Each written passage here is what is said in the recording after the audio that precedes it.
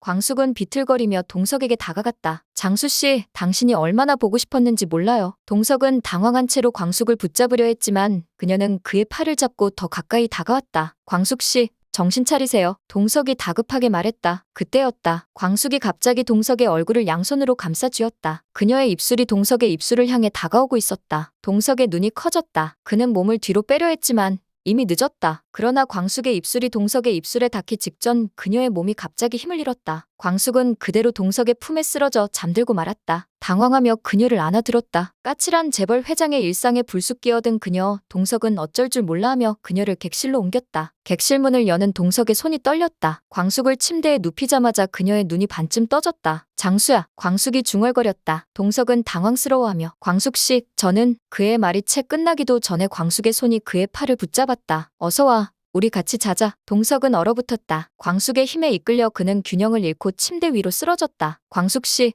정신 차리세요. 그가 필사적으로 외쳤다. 하지만 광숙은 이미 그를 꽉 끌어안고 있었다. 그녀의 체온이 전해져 왔다. 동석의 호흡이 가빠졌다. 순간 광숙의 팔에 힘이 풀렸다. 그녀는 다시 깊은 잠에 빠져들었다. 동석은 드디어 풀려났다는 안도감으로 천천히 일어났다. 그러나 동석의 심장은 마치 폭주기관차처럼 쿵쾅거렸다. 15년 전 사랑하는 아내를 떠나보낸 후 처음으로 느끼는 감정이었다. 이럴 순 없어. 그는 중얼거렸지만 광숙의 향기가 아직 그의 코끝에 맴돌았다. 동석은 혼란스러운 마음을 진정시키려 애썼다. 하지만 광숙의 부드러운 손길과 따뜻한 체온의 기억이 자꾸만 떠올랐다. 난 이런 감정을 가져선 안 돼. 그는 자신을 다그쳤지만 가슴속 불꽃은 쉽게 꺼지지 않았다. 오히려 점점 더 강렬해지는 것만 같았다. 주체할 수 없는 감정을 멈추기 위해서 창문을 열어 차가운 밤 공기를 들이마셨다. 하지만 그의 마음속 혼란은 가라앉지 않았다. 이건 그저 착각일 뿐이야. 그렇게 자신을 설득하려 했지만 마음 한구석에서는 작은 희망이 자라나고 있었다. 동석은 이 감정에 당황스러워하면서도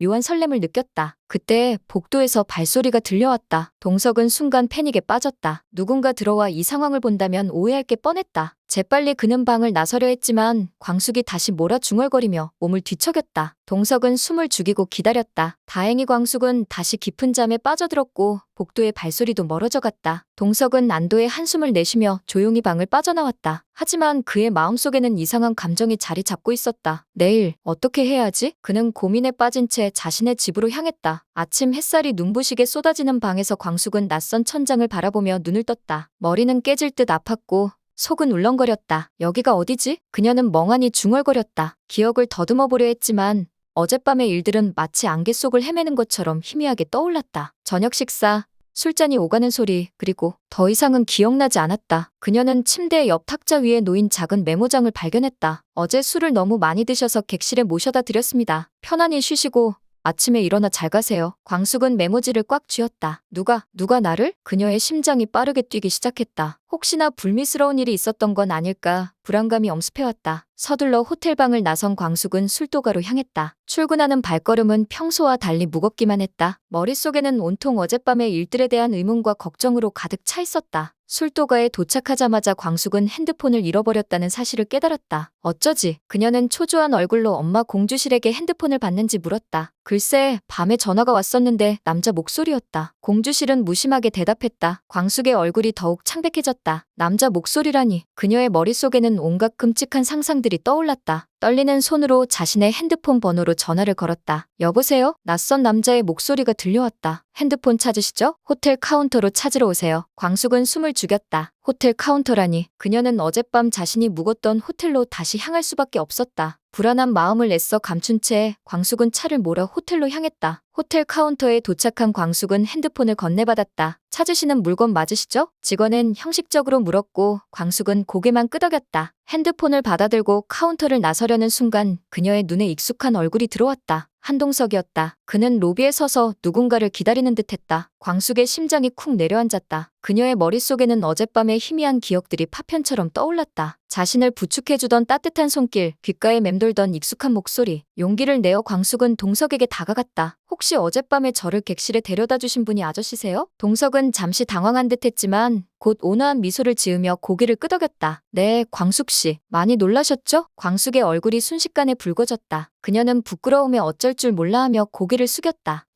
정말 감사합니다. 동석은 그런 광숙을 따뜻한 눈빛으로 바라보았다. 괜찮아요. 광숙 씨가 걱정돼서 그랬던 것뿐입니다. 두 사람 사이에는 어색한 침묵이 흘렀다. 광숙은 더 이상 무슨 말을 해야 할지 몰랐다. 그녀는 그저 감사하다는 말만 되풀이할 뿐이었다. 그때 동석이 조심스럽게 입을 열었다. 광숙 씨, 혹시 시간 괜찮으시면 차 한잔 하실래요? 어젯밤 일에 대해 제대로 설명드리고 싶습니다. 광숙은 잠시 망설였다. 하지만 동석의 진심 어린 눈빛에 이끌려 고개를 끄덕였다. 네, 좋아요. 두 사람은 호텔 커피숍으로 향했다. 따뜻한 커피를 마시며 동석은 어젯밤의 일들을 자세히 설명해 주었다. 광숙이 술에 취해 쓰러지자 그를 객실로 데려다 눕혔고 혹시나 오해를 살까봐 호텔 직원들에게는 비밀로 해달라고 부탁했다는 것이었다. 광숙은 동석의 이야기를 들으며 감동과 함께 미안한 마음이 들었다. 자신을 걱정해서 그렇게 해줬다는 사실에 감사했고 동시에 자신의 실수로 인해 그에게 불편함을 줬다는 생각에 죄책감이 들었다. 정말 죄송해요. 아저씨, 제가 술을 너무 많이 마셔서. 광숙은 고개를 숙이며 사과했다. 동석은 부드러운 미소를 지으며 광숙의 손을 잡았다. 괜찮습니다. 오히려 제가 죄송하죠. 미리 말씀드리지 못해서. 그 순간 광숙의 심장이 다시 한번 크게 요동쳤다. 동석의 따뜻한 손길과 부드러운 눈빛이 그녀의 마음을 흔들고 있었다. 그녀는 잊고 지냈던 설렘이라는 감정을 다시 느끼기 시작했다. 저는 이제 가봐야 할 것 같아요. 광숙은 서둘러 자리에서 일어섰다. 광숙은 호텔을 나섰다. 그녀의 마음은 여전히 복잡했다. 어젯밤의 진실을 알게 되어 안도감과 동시에 동석에게 설레는 감정을 느끼게 된 것에 대한 혼란스러움이 뒤섞여 있었다. 한편 캠퍼스에는 젊음의 열기가 가득했다. 대학 축제가 한창인 가운데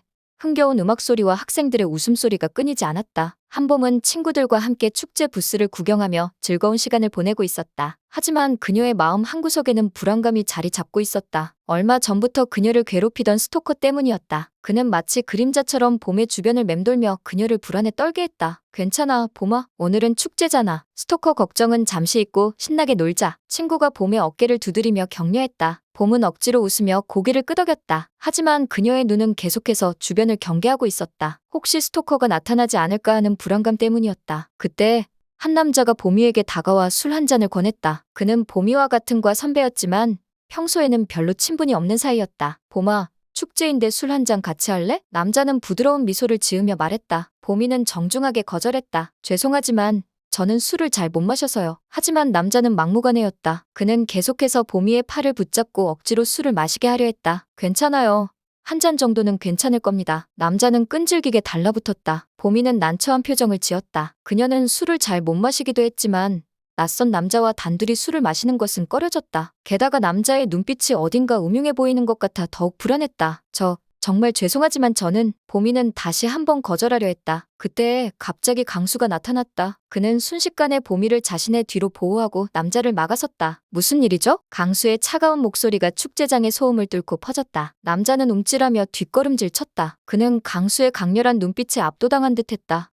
아무것도 아닙니다. 그냥 인사를 좀 하려고 했을 뿐입니다. 남자는 당황한 표정으로 변명했다. 강수는 매서운 눈빛으로 남자를 쏘아보며 경고했다. 다시는 보미 씨에게 접근하지 마십시오. 남자는 꼬리를 내리고 황급히 자리를 떠났다. 보미는 안도의 한숨을 내쉬었다. 그녀는 강수에게 진심으로 감사했다. 괜찮으세요, 보미 씨? 강수가 걱정스럽게 물었다. 그의 목소리는 차분했지만 보미를 향한 따뜻한 마음이 느껴졌다. 보미는 강수를 올려다보았다. 그의 얼굴에는 걱정과 안도감이 뒤섞여 있었다. 보미는 강수의 눈빛에서 진심을 느낄 수 있었다. 네, 덕분에 괜찮아요. 정말 감사합니다. 보미는 강수에게 고마움을 표했다. 그녀의 얼굴에는 환한 미소가 번졌다. 강수는 보미의 미소를 바라보며 자신도 모르게 미소 지었다. 그는 보미의 맑고 순수한 모습에 점점 더 빠져들고 있었다. 천만에요. 보미 씨가 무사해서 다행입니다. 강수는 부드러운 목소리로 말했다. 두 사람 사이에는 묘한 긴장감이 흘렀다. 축제장의 시끄러운 음악 소리도 수많은 사람들의 시선도 그들의 감정을 막을 수 없었다. 보미는 강수의 듬직한 모습에 안도감을 느꼈다. 그는 마치 수호천사처럼 보미를 위험으로부터 지켜주는 존재였다. 강수는 보미의 해맑은 미소에 마음을 빼앗겼다. 그는 그녀를 보호하고 싶은 강렬한 욕망을 느꼈다. 재벌딸과 UDT 요원, 신분 차이를 넘어선 강렬한 끌림이 두 사람 사이에 싹트고 있었다. 보미는 강수에게 마음이 끌렸지만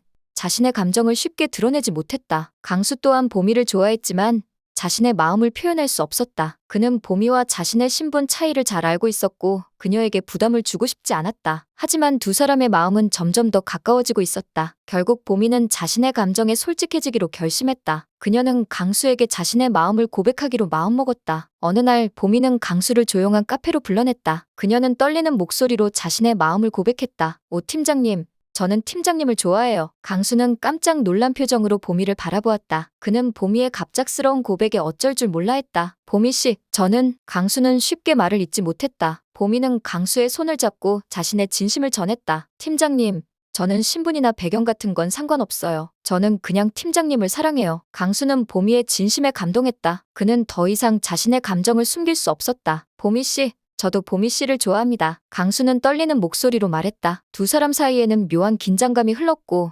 운명적인 사랑의 시작을 예감케 했다. 구독과 좋아요는 콘텐츠 제작에 힘이 됩니다.